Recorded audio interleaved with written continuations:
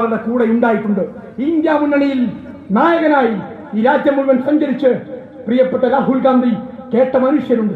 അവരുടെ വേദനകളുണ്ട്, അവരുടെ യാതനകളുണ്ട്. അത് കേൾക്കാൻ നമ്മൾ ബാധ്യസ്ഥരാണ്. ഓരോരുത്തരും രാഹുൽ ഗാന്ധിയുടെ പ്രതിനിധിയായി ഓരോ വീടുകളിലും നിങ്ങൾ പോകണം.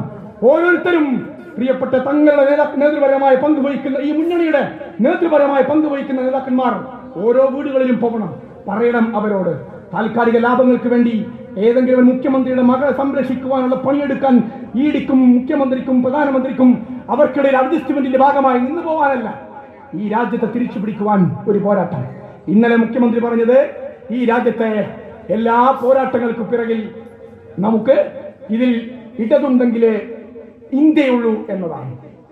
ഇടതുണ്ടെങ്കിലേ ഇന്ത്യയുള്ളൂ എന്നതാണ് ഒരു പത്രത്തിൽ വന്ന പരസ്യമാണ്.